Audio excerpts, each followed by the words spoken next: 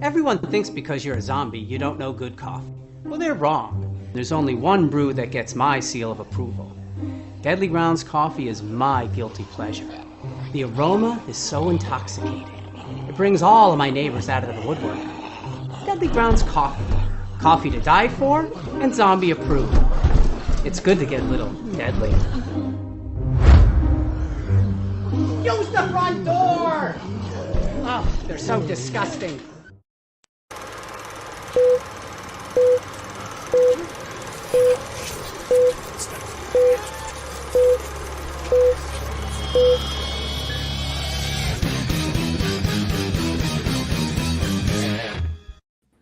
Hey everybody, it's Tuesday night, we're live, and it's time for another Wicked Horror Show. As always, I'm Kevin, and I'm joined by Tony Has Nine Fingers. What is going on, people? And Tony, would you like to introduce our very special guests? Sure. From Night Art Production, they're on for their first feature film, Experiment 53. We have, I don't know who you're putting on first, so. You tell me. I guess we'll go Kyle Putra. Hopefully I said that right. What's up? And Thomas Peake. Hello, everybody. What's going on? So yeah, you have your first feature. Obviously, you guys are fans of the genre and collecting, like all of us. So that's awesome. It's usually Tony's like pointing out his collection behind him, and people are like, oh my god, it's so many. But yeah, you guys, I think might have him beat a little bit. But Tony's like, don't even say that. You have your 10,000 followers on TikTok that care about your collection, so that's cool. So yeah, why don't you tell us a little bit about the movie and like how things came to be? Like, how long have you guys known each other? Like, has this been something you guys have been planning for a long time? So me and Kyle, we met in high school, art class. When we met, we bonded over art, we bonded over music, and we also bonded over movies. We both realized that we both loved horror movies, and we was like, you know what? We're going to make horror movies when we grow up. And here we are grown up making horror movies. Nice. You said that you bonded over music as well. What kind of music? I'm just curious. When we met, Kyle was huge into Marilyn Manson. I was huge into zombie. And yeah, don't crucify me yet just because I have a Rachel Wood, okay? This is long ago.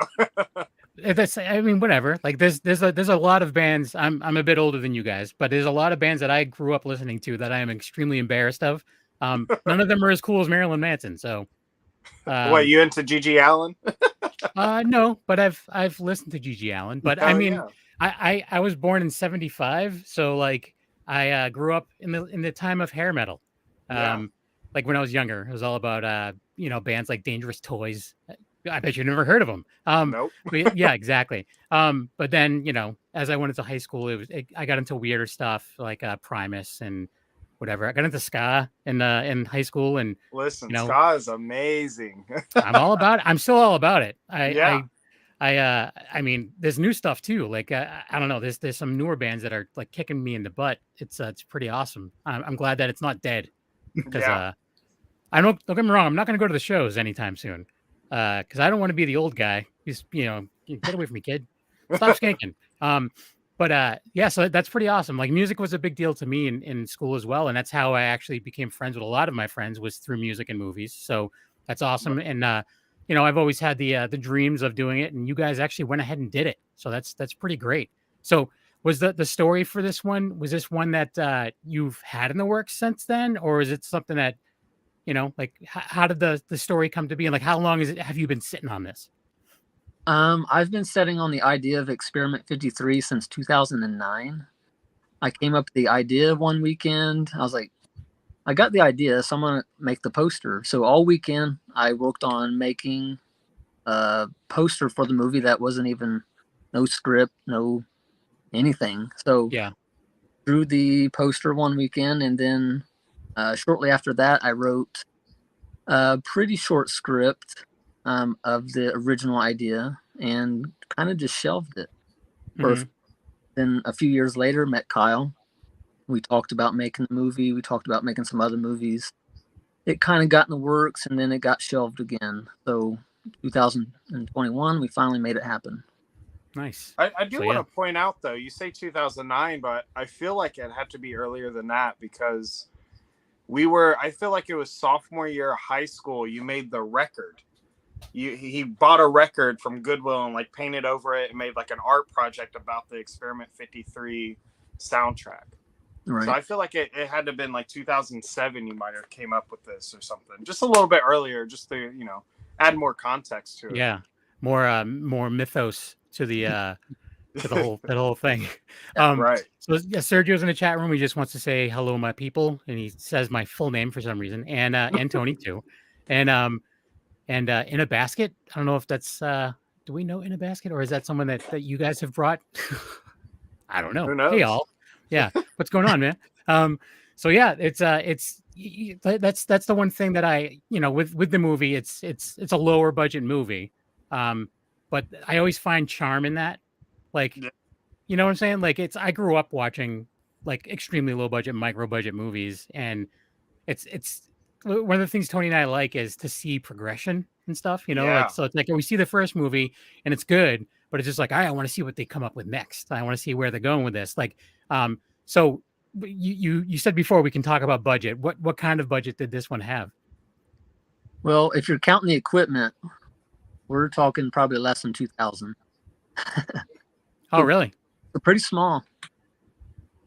Yeah, we just kind of, luckily with us being in a small town and like knowing all the horror nerds that are out there in this small town, like everybody was down to help us with different things. Yeah. So we have Brian, that is the head of a company called Pumpkin Pulp, which he used to have a haunted house here called Scarevania. He had some space set up that he let us just film in that he created. So that saved us quite a bit. And also, just doing some nice underground shit where we film without permits, we don't have to worry about like the cops coming and being like, where's your permit at? We see cops who are booking it. Right. Well, that's the thing is, it's like if you're expecting, it's almost impossible to get permits without at least doubling, if not tripling your budget, right. Especially if you're only spending $2,000, like over however much time. It's like, that's the way to do it. I don't care what anyone does. Very guerrilla, and I love it. Yeah. Just like a friend of mine, we did a short film years ago. It's horrible. I don't even know. I have no idea how to even see it if I wanted to again, but it was really bad. And we legit, like, there's a few scenes where he was just standing in the middle of traffic in a very busy area, and we just like, all right, go in the middle of traffic and stand there. I'm going to film you from across the street, and we'll just overdub some stuff, and it worked. It was horrible, but it worked. Right. But there's a lot of people that do that, and then they had that whole one movie. What's it? Escape to Tomorrow, where they filmed the whole thing in Disney World, without having any permission or whatever. So it's not like it's never been done before. Right. And that's a lot of we have a lot of independent movies on. Right. Talk about fucking punk rock though. Those motherfuckers. Like how it's amazing that they were just able to film that entire movie in Disney World without getting busted. Yeah. And it was so there was so much hype around it that the movie sold and everyone was talking about it. They're like, oh yeah. So it's just like, oh, did you hear about the movie that they taped in Disney World without without any permission or whatever? So they had a lot of hype going into it. Yeah. Yeah, they did it right. But that being said, I don't know what those people have done since. Like I'm sure they've done something, but right, nothing as extravagant as that. Right. Yeah, it's like, it's not like it's it's a very cool thing that they did it, but you go back and you look at something like Blair Witch, where whether you love it or hate it, it's still responsible for that genre for the most part. Right. There's other found footage before that, but I don't think anything that really captured the country as much as that did. Because it was like that gap between like pre-internet and like the beginning of internet, so it had that beauty of is it real? Is it not real? Do we know about it? Like, where are the people? So it had that perfect mix, because now it would get ripped apart with the internet now. Oh, that's fake and all that stuff. But it was right in the beginning stages where it was enough press to get it worldwide, but not enough to be this thing's, full of crap. So it was it came out the right time. Yeah. Yeah, of course. So growing up, was there any, obviously you're horror fans, and it's really tough. I know Sergio's going to ask what your favorite horror movie is, but at some point. But there's so many subgenres. Like if someone asks you, do you have like a go-to answer? Is there anything that influenced you? Right. I don't. I'll go first and have Thomas go. I apologize. Usually, like one thing that always comes to my mind, people go like, "What's a scary movie? Like, what movie scares you?" One of the biggest ones that always comes to my mind first is a movie called Lovely Molly.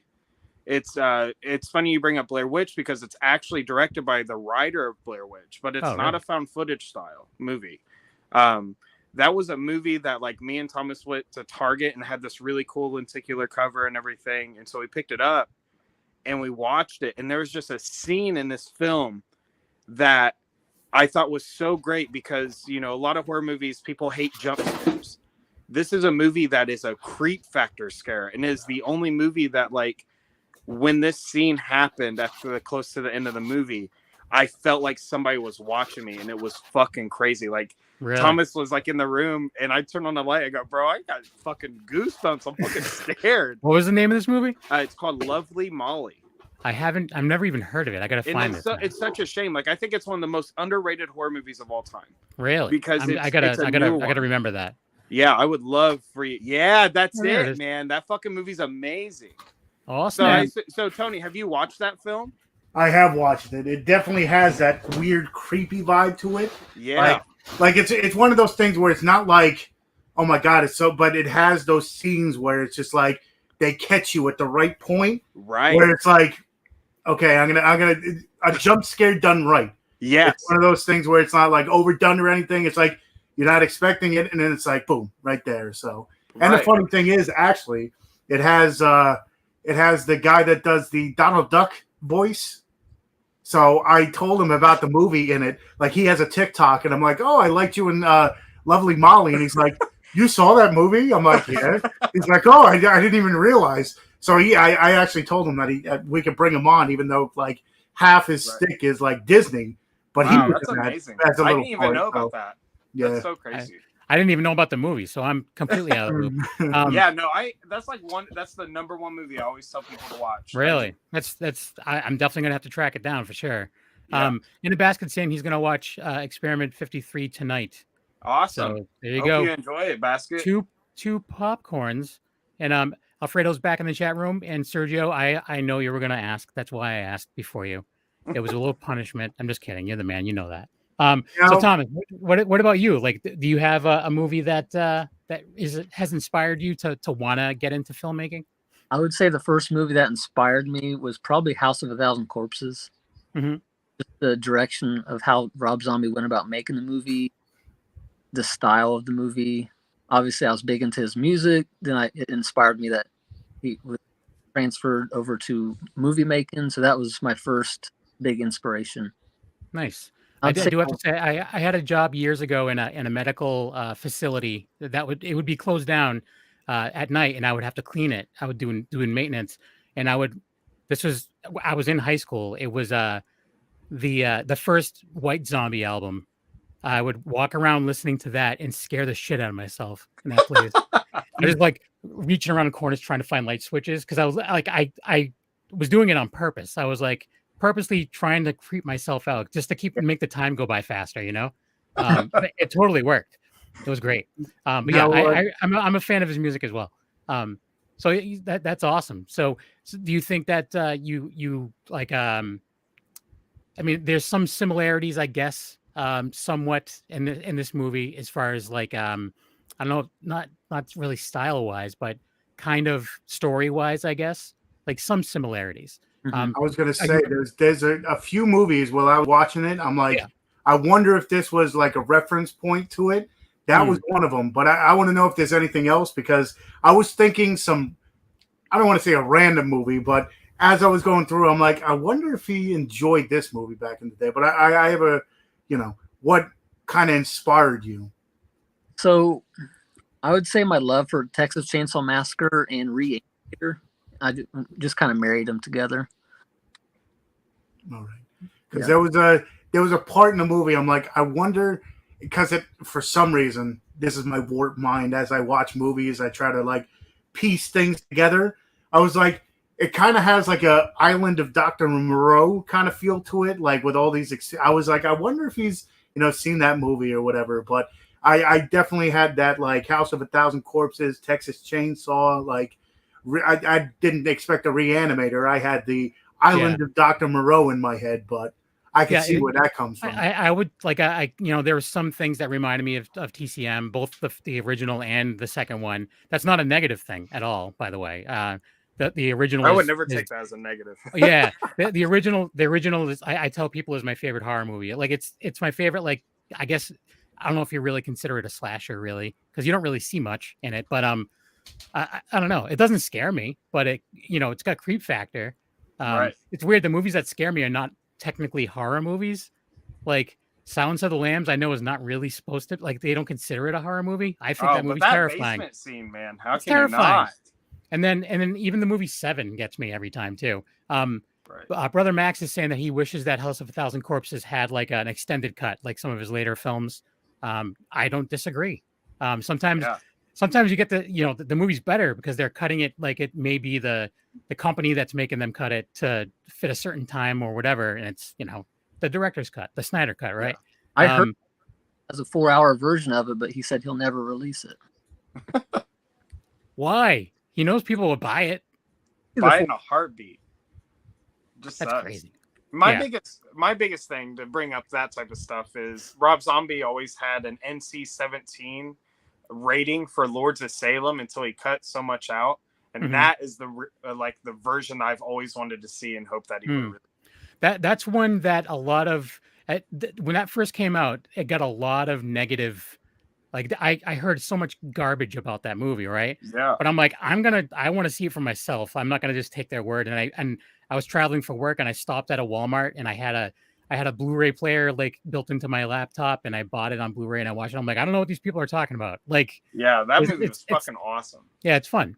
So Sergio's asking if you guys like real ghosts. I know like in the beginning of the movie, there's like a ghost hunting kind of like TV show like trailer.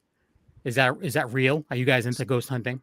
Well, so I am a manager at a restaurant and my bartender is actually really big into it. So one day they went and like did some ghost hunting stuff and whatnot, and then they just kept doing it. So I proposed an idea to them to help me get better at editing and camera work. I was like, hey, how about we just do a nice little YouTube series about your findings that you have? Because they were recording everything. They about a security system and all that fun stuff. And so I made this little intro for them, and then we actually made the first episode. And what's really funny is just that like earlier today we did the second episode. Oh yeah. So we filmed that, and when I went, did I see anything? No, but like they have all this really nice evidence that they've done. So it's just more or less like I wanted to show them off because they helped us believe in ourselves with all this stuff and helped me, get better at editing and camera work and stuff. So I wanted to be able to showcase them, and all their cool stuff because, who doesn't enjoy a nice little ghost show that, I'm all about it. Yeah. I was all excited when I saw that part because I was part of a paranormal investigation group. Oh, that's amazing. For many, not really. I mean, I was really part of it. It wasn't amazing, but yeah, it was because it was always one of those things. Like if someone found out about it, it was just like, all right, you're just going to give me a bunch of crap while everyone's in the room. Then the second they leave, you're going to be like, so there's something going on in my house. Like that was always the thing.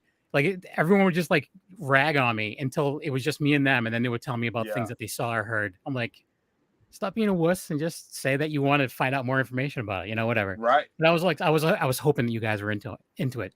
But oh well, maybe. Yeah, these people like sunk a whole bunch of money into stuff. They have a bunch of gear and all that stuff. And we did. I actually was building gear. I was building EM pumps and like infrared lighting and stuff like that. I was like wiring up. Awesome. Yeah, I guess. Do something to keep yourself busy. You just don't use it. Is that the reason why it sucks so bad? Well, yeah, because we haven't done it in years. Like we stopped doing it. We're just too busy, like as people.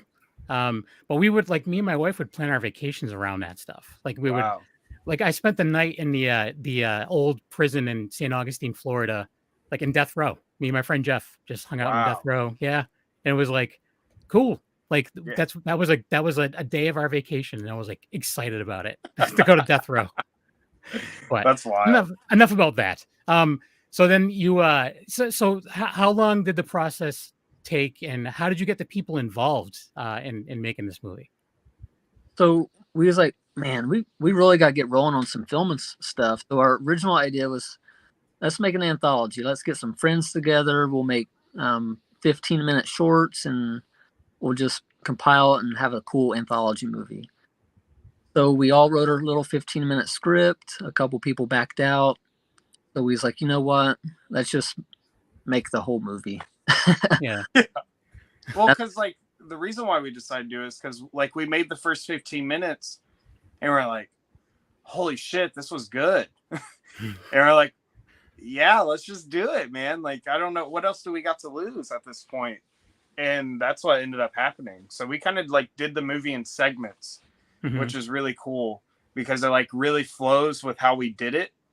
And just to have Alice believe in us with, you know, her busy schedule and being in a whole bunch of independent movies. And, you know, we wanted to make sure to keep her in with us so we could finish the movie later on. Cause me and Thomas has always wanted to make this film, you know, 10 years ago, you know, we tried to make it once and just a whole bunch of stuff happened. And now like 10 years later, we finally made it happen. And it's just amazing how far we came with that. Yeah. Brother Max is asking where to watch the movie. Is it available? Like, I don't know if the link that I got, I don't know if that was just a screener or if that was YouTube. It's like VOD on YouTube. Yeah, it's viewable. All right. So, sorry, go ahead. I was going to say, we also have Blu-rays, VHSs, DVDs available. Yeah. You just hit us up on Instagram at Night Art Productions or Facebook at Night Art Productions, and we could definitely send a copy too. Yeah, so you guys have like a deal, like a bundle where it's like a Blu-ray and like I think it's like a T-shirt for like $30. Yep. Or something. Yep. That's a bargain. Yeah, of course, you know? Especially for indie filmmaking. Always love that shit. Yeah, that's the thing is like, you know, we talked about seeing Alice and other stuff like Space Babes and from Outer Space, and like we've supported those people for a long time, and that's the thing is it's like we're just supporting like art. You know, we want to see the cool stuff come out. Yeah, VHS. He's saying a VHS. That's awesome. So that's the thing is there's definitely a boutique thing out there for VHS still. I don't have a VCR, but I think it's growing. You know, ever since it started, because there was some that would put out the VHS, but I think everybody's kind of, growing on it because there are still VHS collectors and stuff like that. So yeah. Yeah, I've noticed an influx on it, especially at conventions. Like people's been getting VHS signed and stuff. Oh yeah, Thomas being awesome. One of them. Oh yeah, you bought your own VHS? Like I'll have a celebrity sign a VHS. I had Wishmaster sign the first Wishmaster and such. Oh, that's awesome. That's cool. I mean, it's something like you know, I have a bunch of signed photos on the wall. And it's like, all right, those are just photos. Like I have a few things that are like. I'm like, all right, this is something that means something to me, and I'm going to have him sign it. So it's awesome, you know, and it's never going to be sold because it's made out to me kind of deal. Right. But, you know, at the same time too, it's, you know, it's expensive. Like, I think that the thing I have that has that I spent the most is I have the original Evil Dead and the Book of the Dead, and I have every cast member. I've met every cast member, and they've all signed it. You got to figure each one is at least $25. You know, some of them are way more. Like Bruce was way more than $25. So I'm just like, that's in plastic. That's staying where it's at. I'm not touching it ever again. Unless I meet Sam Raimi. I heard have gone up. Like my buddy's been going to the conventions for 10 years. Yeah. In the beginning, it used to be like $20 a person, and now it's like now it's like $40 for this autograph and $20 for the picture, and then like $60 total. Like he's like, you got to figure it a little bit. You got to figure in the last like couple years, like people aren't working as much because of the pandemic. So it's if they're doing conventions now, I mean, it's money that they're surviving off. Well, I can tell you about the first Horror Fest in Kentucky. I heard that Jason 3 cast will be there. Where are you guys located again? We are in Muncie, Indiana. Okay. But I think the one he's talking about is Screamfest. Scarefest. Okay. Is it Scarefest? Yeah, Scarefest. So we are actually looking into being a vendor out there and selling our movie at that. Oh, nice. We know a couple other people that's going to be there. There's a movie called The Black Book, which this correlates with Rise of Experiment 53, where Chris Maker, he is one of the actors in The Black Book, and I assume producer. I could be wrong about that. But they're going to have a booth set up there. So I heard that it's just a really good indie horror movie scene. And we definitely want to be a part of that. Do you know when that's supposed to be happening? That's in October. Okay. I think it's October 17th through the 20th or something like that. Close. Yeah. Oh, so Brother Max is in Indiana as well. Oh, awesome. Yeah, you guys should hang out. I don't know. Yeah. I'm sure Indiana's nice and small, right? Isn't it gigantic? Yeah. It's not. It's no Rhode Island. Yeah. So yeah, it'll be easy to find. Just like wave from a cornfield. It's like, oh, there it is. But so Sergio wants to see the trailer. So I'm gonna play the teaser trailer for Experiment 53, which is available now on YouTube. And you can also go out and buy a physical copy from them directly and support independent filmmakers. And if you see them at a con, obviously buy a physical copy, have them sign it. You know, that's the cool thing. That's how we get to meet a lot of these people that come on the show, like we asked from a con. So here we go. Here's the teaser trailer for Experiment 53. Every town has a scary story, a myth, a legend. But in my town, it happens to be real. It starts out at the doctor's house. No kid ever likes going to the doctor's house, especially in my town. Our parents tell us there's nothing to be afraid of. However, there is. I believe the stories. The stories of people coming out of the house, deranged and screaming, coming out morphed into a monster. I always plead with my mommy to not go, but she makes me. What can I do? I'm just a kid that no adult's gonna listen to. This house, the house we hear the screams coming out of, the house where scary stories come from, the house that once you go in, you come out different, or not at all. This is the house of the doctor, Dr. Sinister, and he loves to experiment on people. This town is a very small town. A small town no one gives a heck about.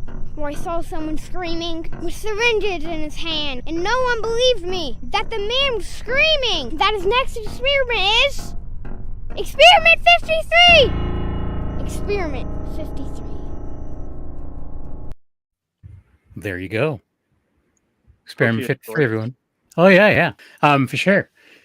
So you guys are working on a sequel already. We are. And how far are you into that process? We had our first film day last weekend, so I'd say we're about 20% done. We got really? We busted out a lot of shit. Like I'm still feeling the tiredness from just moving and making sure everything is correct and all that greatness. So that's one thing that I was gonna. I mentioned it before we went live, but so like, what did you learn from making the first movie that you're like kind of like, okay, we did this with the first one, we could have done it a little different. Let's do it now with the sequel.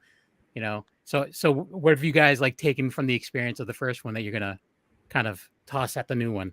Audio. Yeah. Yeah, audio was our biggest enemy on this, and luckily we made some connections, and now we have an audio guy. I just bought lapel mics. I bought like lavalier mics and all this stuff. So we are finally like kind of getting somewhere. We had a Rode NTG5 that we started to film with, but with us just having such a little cast that like we couldn't do the microphone and the camera, let alone know how to work the microphone correctly. So we just kind of like spitballed it and see what happened. And then, everything else. But luckily the camera audio wasn't awful and it actually sounded pretty good for what we were doing, which is amazing. But this next movie, just audio is going to be significantly changed, and I can't wait for that. We have a little bit of a bigger budget where now we have really awesome makeup. We have this makeup Chloe. I think her name is CG Makeup on Instagram. She just graduated in the UK, and we met her in Chicago when we did a table at Days of the Dead. And she came down, did a nice face mold of Thomas for this monster. And then just we're renting out a place that's actually haunted, but it's a big, huge asylum. So that's going to be really awesome for even better production value. That's cool. And I just think it's going to be great. We're using different editing software, and we're actually trying to make it better. I think people are definitely going to see our progress, and this is just going to be our second movie with that. And that's what you got. That's what, especially us viewers. That's, you know, Kevin always loves seeing that the progress stuff from it. And, you know, you need to start from square one, and then you learn from there. Like exactly. With you said, you know, with the low budget, it was kind of just like, you know, horror movie fans coming together and making it. Like, how'd you get Alyssa and all, like, the cast together? Like, friends, or like, how'd you put all that together? Yeah. So the way we got Alice was I was actually working on another independent movie called Astro Girl from Planet Zoltron. And that movie didn't end up getting finished, but we had like 6 film days for this movie. And so, you know, me and Alice spent quite a bit of time, and this was a couple years. I think this was back in 2019. And then I mentioned to Thomas, I was like, hey man, I know Alice charges this amount. Like, let's get a hold of her and see if she wants to be a part of the project. And she said yes, which was fucking awesome. And we couldn't believe it. And we're like, all right, well, now we're in too deep. Let's fucking do this. Let's keep going. And they have no choice. You can't back down now. Right. Yeah. Then of course the rest is, you know, Thomas's family. It's me and him. You know, I'm holding the camera while acting and, you know, doing all this fun stuff. And it's just, I'm still amazed by some of the camera angles I was able to get with, you know, all of us doing so many different things. Yeah. So it's pretty great. I mean, and it's cool that you got someone like Alice involved. For those who don't know Alice Winkler, she's awesome. Like she's in a bunch of like just really cool movies. Like I don't know. They're just cool movies. Yeah. We've had her on once before, and she was pretty cool. And I was like, all right, she's chill. Like she's so down to earth and just amazing, and takes direction so well. And she's just a master of emotional, you know, features on her face when she's acting, which is awesome. So it's just really awesome. I highly recommend watching like Plank Face, Space from Outer Space, as we brought up, Amazon Hotbox, and all that good stuff. Everything. Go to IMDb. Violet's another one that's it needs a little bit more. She's the main actor in that with Jason Crow. Oh, really? They're the both actors in that one. Huh. I don't even know if I've heard of that one. Oh, Violet's really awesome. So I'm going to take my own advice. I'm going to go to IMDb and I'm going to search out more Alice Winkler movies. But yeah, no, she's cool. It's one of those things where like I really want to meet those guys in person. Like I want to meet Scott in person. I want to meet Ellie and Brian in person, just because I just want to shake their hands. You know? Yeah. I don't know. One of these days. They're all super awesome. When they did the Space Babe stuff, they did like a photo op with the testicle thing and all that shit. It was wild. Yeah. You guys have all the cool cons out your way, like all the good ones, like all the ones that are bucket list cons for me. Like the ones that you were like already mentioning, like Days of the Dead, and like I want to go to Texas Frightmare, Wicked Bad. I don't know why. I don't know. One of these days, when there's no pandemic, I guess. But anyway, So Thomas, we haven't spoke with you very much. So with the new one, do you guys have any so Alice was like the get for the first one. Do you guys have anyone lined up for the new one, or is it is it just going to be like just your crew? I don't want to spoil too much, but obviously everybody that sees the end of Experiment 53, you might see some familiar faces in the second one. Okay. Most of the cast is new. Like we said, Chris Make from the Black Book as one of the lead. My brother Tyler, he's one of the leads. Some more friends. Some other. Sorry, your audio is cutting out a little bit. I don't know. We heard some of it, but so you guys like with this new one, are you trying to expand your budget as well? Like, have you done any like kind of like crowdfunding or anything like that, or got any backers, or what's your approach with that?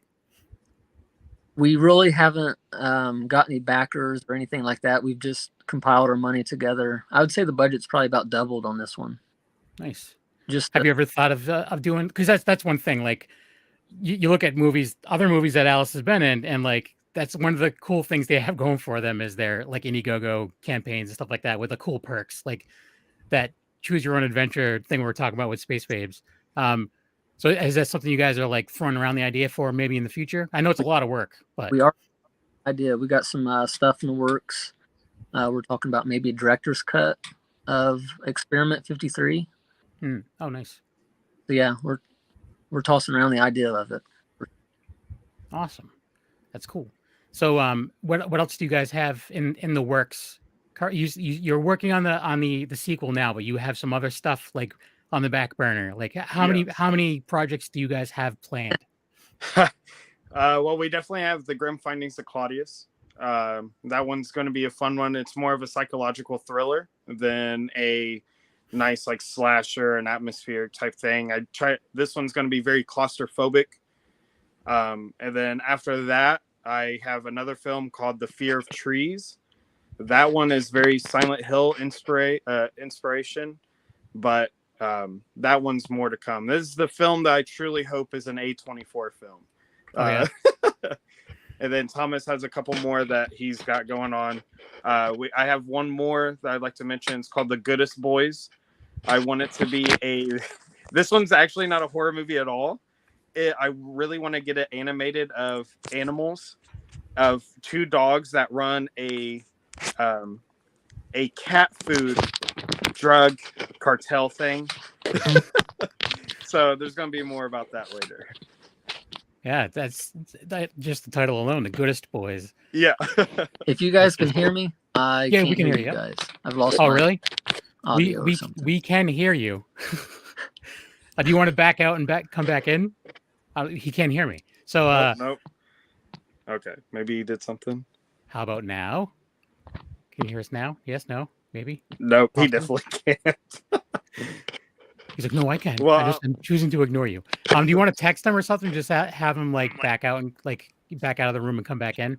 Yeah. Can you guys hear me or am I gone? Yeah, I can hear you. Yeah. All right. Let me text him real quick. Sorry. Oh, did you type in private chat?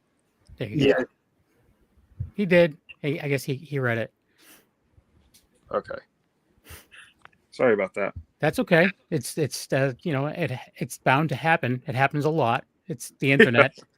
The only way that stuff like this wouldn't happen is if we were all meeting in person and we would be interviewing the same person over and over and over again, because who's going to come to Central Massachusetts? I mean, other than around Halloween when you go to Salem or something, but anyways, Tony, do you have anything? Yeah, I know Thomas has a couple other. I don't want to steal his thunder. You don't want to be a thunder thief, Thomas? I don't want to be a thunder thief. I'm back. Awesome. So yeah, what do you have? So besides working together, you guys have your own projects. So what do you? We're still completely working together. Yeah, but it's trading roles, I guess, right? Right. Yeah. So what do you have in the works, Thomas? Besides Rise of Experiment 53, kind of just going with the flow. We got Claude up next, and we got some ideas we want to do.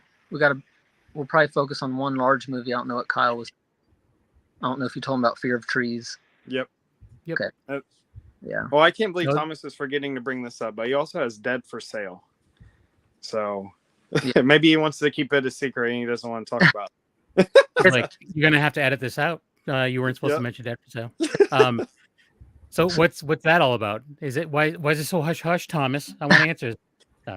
So Death for Sale is back when I originally thought of the idea of Experiment 53, every weekend, me and my dad we'd film some little 10-minute horror shorts with our VHS camera. And Death for Sale is one of those shorts that we made. And I would love to just bring it to fruition. Like all these years later, we made this little cheesy 10-minute thing on my camcorder. I'd love to just bring it to life. Yeah. That's awesome. Is it going to be a short or a full feature, or? I want to make a full feature out of it. Nice. Okay. So one of the In a Basket was mentioning that it would be cool to see a full movie filmed on a Sony DXC 325. Those older broadcast cams have a VHS touch. So are you? Yeah. Are you guys Yeah. like looking to expand on that stuff as well? Like maybe some new gear or So I have this idea that I think would be fucking awesome. I got some inspiration from Necromantic about how like copies came over to America and people just kept like bootlegging it, and they just kept getting worse and worse. And like there's like Generation 139 VHS bootleg and Necromantic. My big goal that I think would be really cool is we do conventions every year. You know, we do maybe 3-4 a year. So I want to film a movie where the whole premise is to lay the VHS out. This is the only way you can get the movie. And the idea is to bootleg it and give it to a whole bunch of people. You know, just that whole fun thought of like, you know, word of mouth, trying to figure out how to get you a copy. And the only way you could get it is by somebody bootlegging it. And I wanted to make it gruesome. I want to make it very bloody. And I just think it'd be a really fun experiment to get a whole bunch of people on. Yeah. And I just think it'd be neat. I love the idea of being like, oh, I have Generation 32 of this movie that you guys made and stuff like that. And I want to film it with VHS camera and only produce it on VHS. And if you have like a, you know, the horror community, even though it's so vast and like all over the place, it's also kind of small and everyone seems to know each other. So it's like, you can also get other people to get in on it, like in other parts of the country, and just be like, oh yeah, bootleg this or whatever.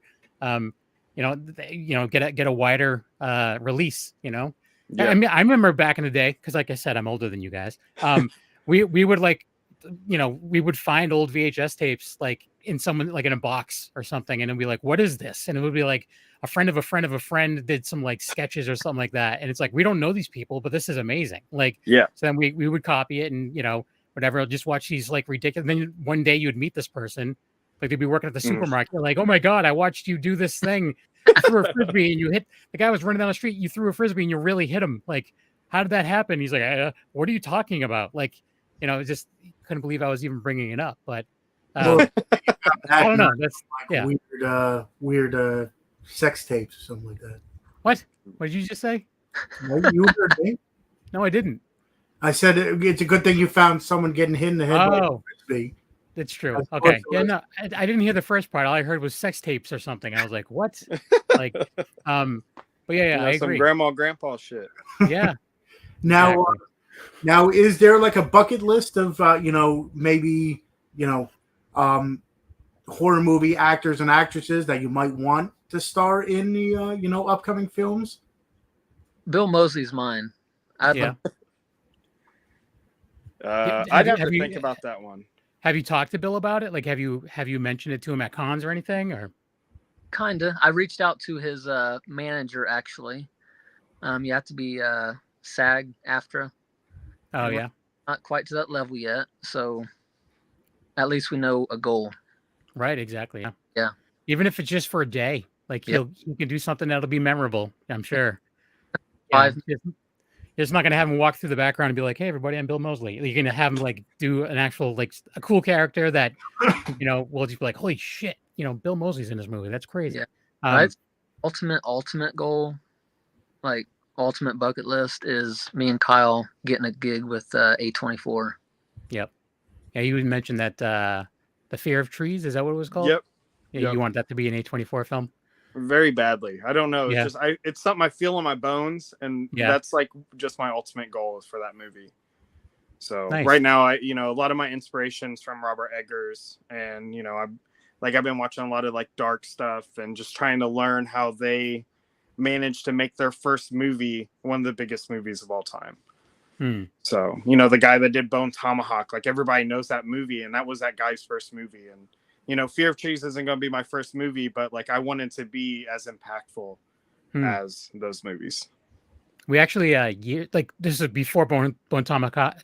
Tomahawk actually came out. We had a screener for it. Like we got a screener like as for the show. Like we didn't have anyone on from the movie. Actually, no, we did. Robert Mukes. He's actually in House of a Thousand Corpses as well. He's in Bone Tomahawk. He's one of the baddies. You don't see his face, but he's awesome too. By the way, he's a dude to work with. I'm just gonna throw it out there. He's great. Have you guys ever talked to him? Thomas, you've met him, haven't you? I think so. Yeah. He's gigantic. The man is gigantic.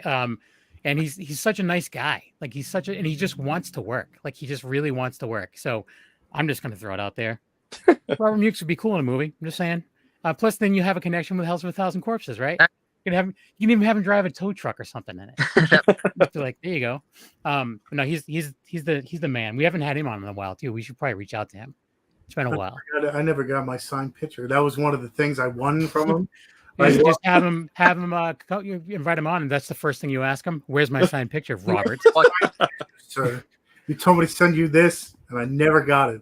No, but he's awesome. I met him a few times at the horror movie cons and stuff like that. So, like we always say, take small steps, and if you do get him in there, like he was saying, Rob Zombie, he's got an in. Just be like, hey, throw my name out there, see if you can, work some magic or something.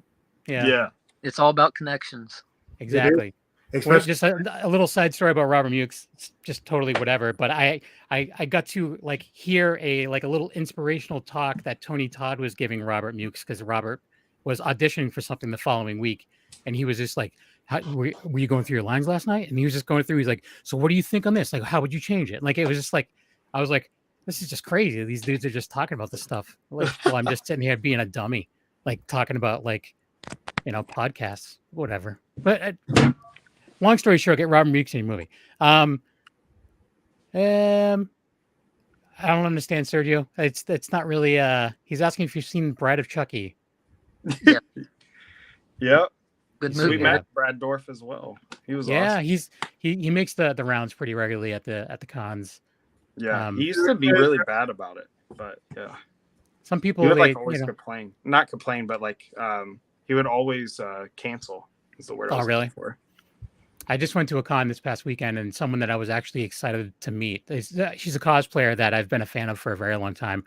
I'm debating not following her anymore because she was a capital B word. That's say that. Yeah, I'll tell you guys afterwards.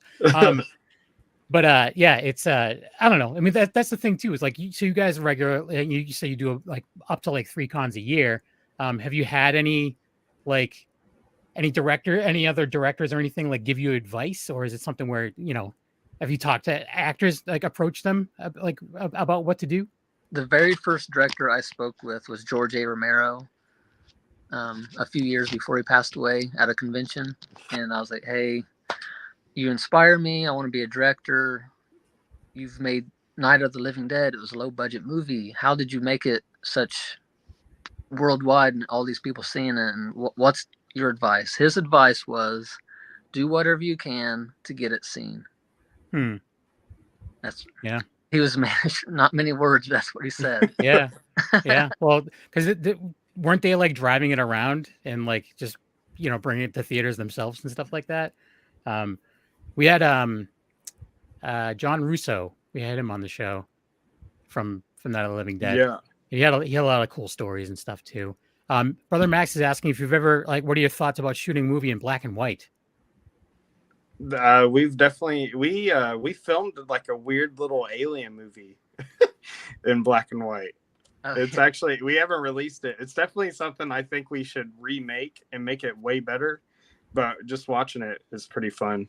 Yeah, I'm a big fan of old black and white movies. So if it's done right, I mean, but then again too, there's some newer stuff that they do it in black and white, and it's not even doesn't take place in olden times or whatever. But it's still, if it's appropriate for the movie, I think that's a good idea. I like it. The movie, what is it?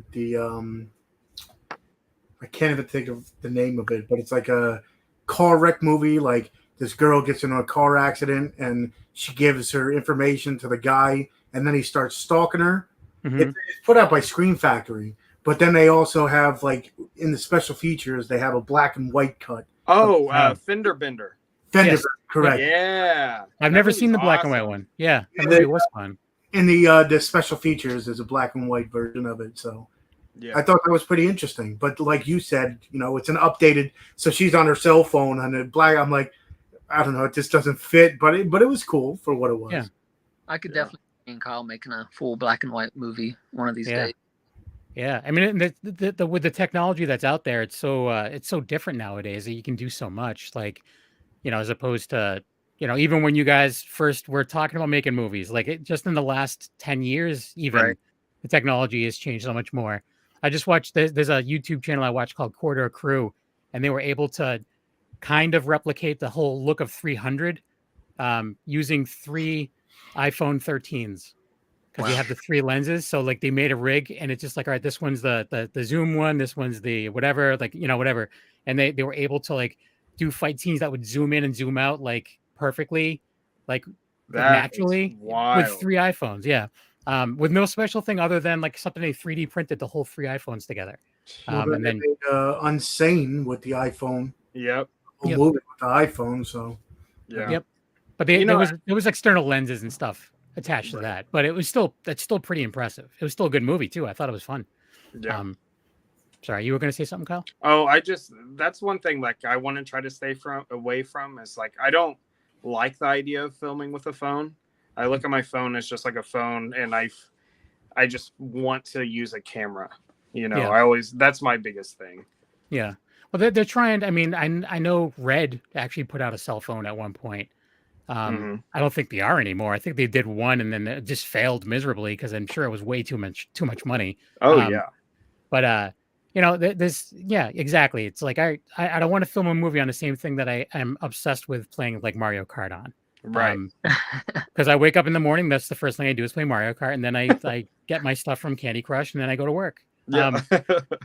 I don't want to make a movie off that because that makes 0 sense. But so I agree. But it's still cool that for younger people, the opportunities, like for me, when I was a kid, I had to find someone who had a camcorder because my parents weren't necessarily, they were not going to buy me one because they were so expensive. But, now it's everyone, all the kids have cell phones. They can make movies, but they don't. So yeah, it's a dying breed, I guess. High school, I carried around a little thing. I think it was called a flip. Yeah. Old Kyle? Yeah. The Motorola flip.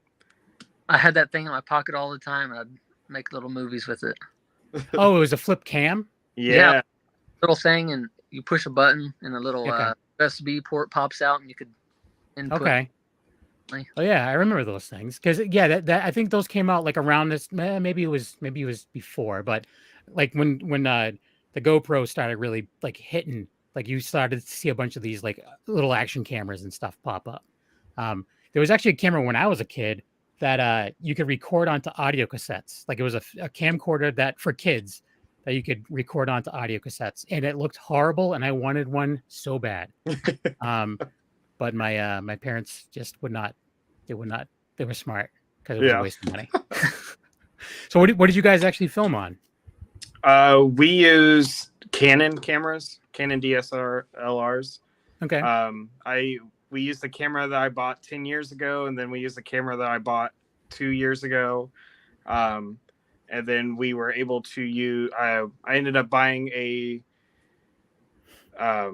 DJI Ronin CS2 stabilizer and started upgrading my lenses as we progressed through the film. And I think one of the funnest things is talking about progression, like you guys like to think about, is, my beginning shots of the movie compared to my shots at the end of the movie definitely progressed, I feel. And there's just so many, just how everything was shaped in that film definitely grew as we grew when we were filming. Yeah. Yeah, you can do a lot with a DSLR, like for sure. There's people that still use them quite a bit, and it really, the DSLR, they all work the same way pretty much. It all depends on what you have in front of it, the glass, and that's where a lot of the money comes in. That's why a lot of people rent, like they rent lenses and stuff like that. But then I would be afraid of wrecking it and then having to buy it. Yeah. Especially if you're going to be running around in the woods or something. You don't want to be like, oh, there's a $4,000 lens that I just broke because I tripped over a rock. Right. I'm going to change my name and move. Yeah. Oh, sorry. I remember when we were first starting to start out and I was trying to figure out what type of camera to buy. There's an independent movie called Crossbear. And I asked the guy, because he was at a convention, I was like, man, what are you using? He was like, yeah, I use the Canon 60D and this lens and that stuff. And he filmed the whole movie on it. And we watched it one night and I was like, oh my God, this looks freaking amazing. I think this was back in 2011 or 12. And His name was like Adam. I can't think of his last name. But I ended up buying that same camera, and I kept it, and now we filmed Experiment 53 with it. So yeah, I mean that's a pretty like approachable camera. Like it's a lot of people use it for a lot of different things. You know, right. Like I have a T3i, which I don't think is even as good as that, and you can still get some. You know, I have the Nifty 50, and it's just like really cool like bokeh effect and stuff like that. And it's like you know, as long as you know what you're doing, you can make anything look good. Right. You know? So yeah, so we're getting close to the point where we're going to wrap things up. So we want people to go follow your what you guys are doing. So where's the best place for them to keep an eye on what you guys are up to and new projects and stuff like that? Yeah. So follow us on Night Art Productions on Instagram and Facebook, or you can follow us individually. I'm Tommy.Zombie, and Kyle. And I'm Putra Kills, but with a 1 instead of an I. So have fun with that. There you go, Putra Kills. So on Instagram or Facebook, they can contact you if they want to buy a physical copy. Right. And the movie's on YouTube right now. So when the show's over, you go to YouTube and you watch the movie, and you support local independent filmmakers. You're not that local. You're pretty far away. But support independent filmmakers because you know, all Hollywood does is remake the same movie over and over again. Sometimes it's good, sometimes it's not.